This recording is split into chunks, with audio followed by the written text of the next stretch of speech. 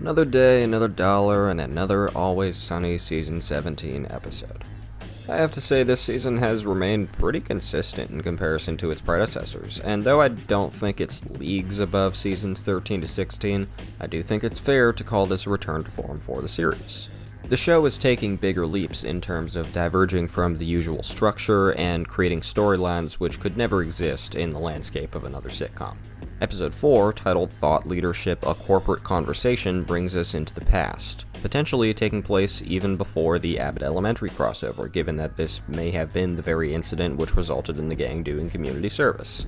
You know things are different when the intro theme is swapped out for a more intense, classically based track reminiscent of Succession, marking the second time that the show has inspired Sunny in just this season. It's a bizarre place to find inspiration, and yet it's worked so far. Also, in a Succession fashion, this episode mostly consists of the group trying to shove the blame onto one another without being the one that has to take the fall.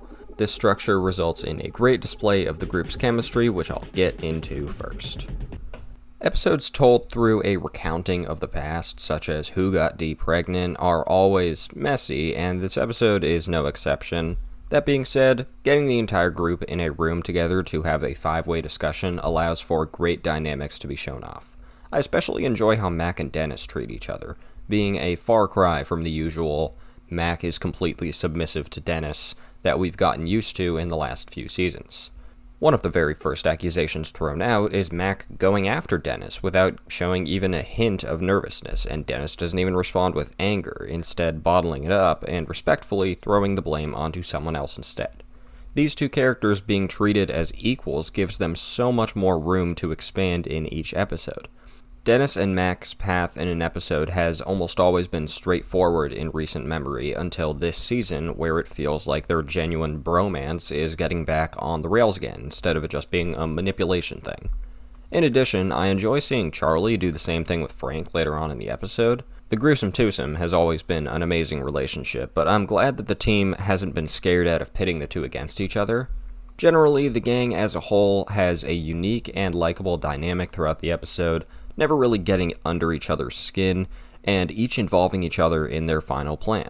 I adore the claw that each of them make whenever they're angry, being used as a device to communicate whenever the room is heating up, only for Dennis to rein them in.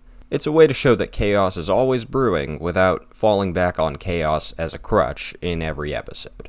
Getting into what the actual scheme is that got the group in trouble, it all centers around a women's slap fighting ring set up for a multitude of reasons, though the main one is to see sweaty women. Dee is entered into the competition so that the gang will never have to give away the prize, and it's nice to see Caitlin Olsen get a physical role where she can show off her actual strength instead of just being a ball of rage. It's like a throwback to $100 Baby, and that episode is super underrated. Unfortunately for her, the waitress gets involved, who is a character I've always found also underrated. Waitress has been the longest recurring character in the series, and yet still tends to get less attention than people like Artemis and the McPoyles.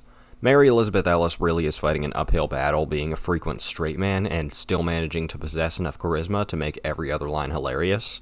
On top of that, she's got some of the deepest character development of anyone on the show, and without her, a season would feel weird.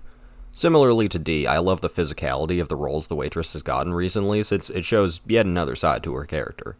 In the bowling episode, we see her throw a fierce kick at the strength testing machine that is beaten by Dennis, but only because he fucking disintegrates his hand, and in comparison, she seems entirely unfazed.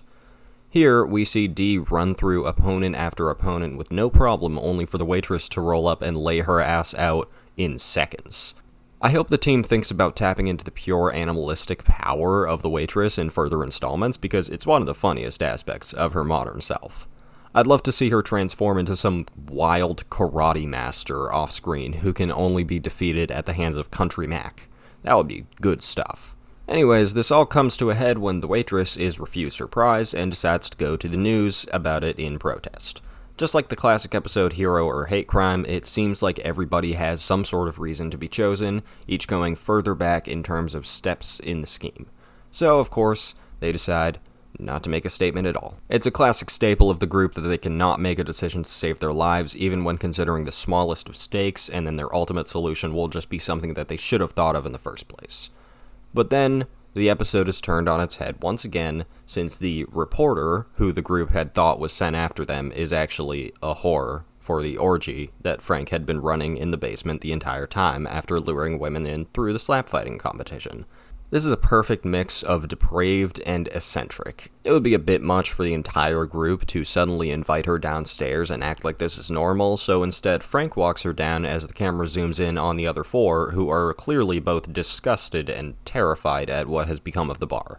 There's something so peculiar about how formally the woman is dressed the entire time, despite the fact that she's about to willingly participate in a gangbang, but for some reason that just makes it all the funnier. The gang lives in a fantasy world. Unfortunately for them, if this is the scheme that lines up with the community service punishment, seems like the waitress did get to them in the end.